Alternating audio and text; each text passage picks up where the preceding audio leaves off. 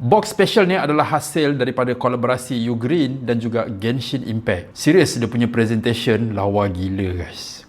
So jom kita buka, kita tengok apa ada dekat dalam ni. So this is it guys. Lawa gila. And dekat sini ada kad ucapan. Dekat dalam box ni penuh dah dengan barang-barang daripada Ugreen. Untuk box special macam ni memang korang tak boleh nak beli. Diorang memang tak jual punya. Cumanya aksesori dekat dalam ni ada diorang jual. Tapi limited guys.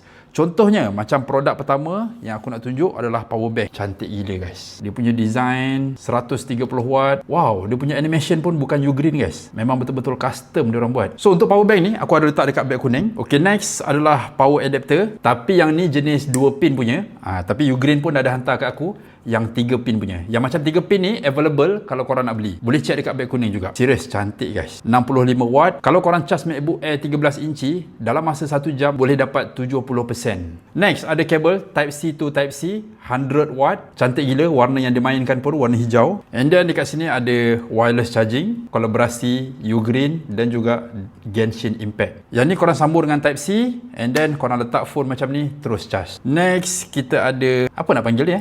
Phone holder. Contohnya korang boleh lekat dekat belakang macam ni. So boleh letak jari macam tu. Selesa lah sikit pegang. Ui, dekat bawah ni ada lagi guys. Wow, apa ni? Magnetic. Boleh lekat dekat fridge. Lanyard. Cantik gila. Yang ni aku tak tahu untuk apa. Tapi boleh letak gambar dekat belakang ni. So nampak macam IG punya style. Okay, next. Apa ni nak panggil Aku pun tak tahu. Untuk decoration lah. Letak atas meja komputer mesti nice gila kan. Cantik man.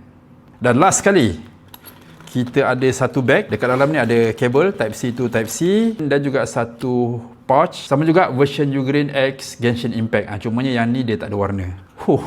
Nice guys. So barang-barang ni semua aku ada letak dekat beg kuning. Korang boleh check sendiri. And then kalau korang berminat nak dapatkan, baik korang cepat-cepat. Sebab Ugreen bagi tahu aku stok-stok ni semuanya limited. Siapa cepat dia dapat. So by the way, thank you Ugreen.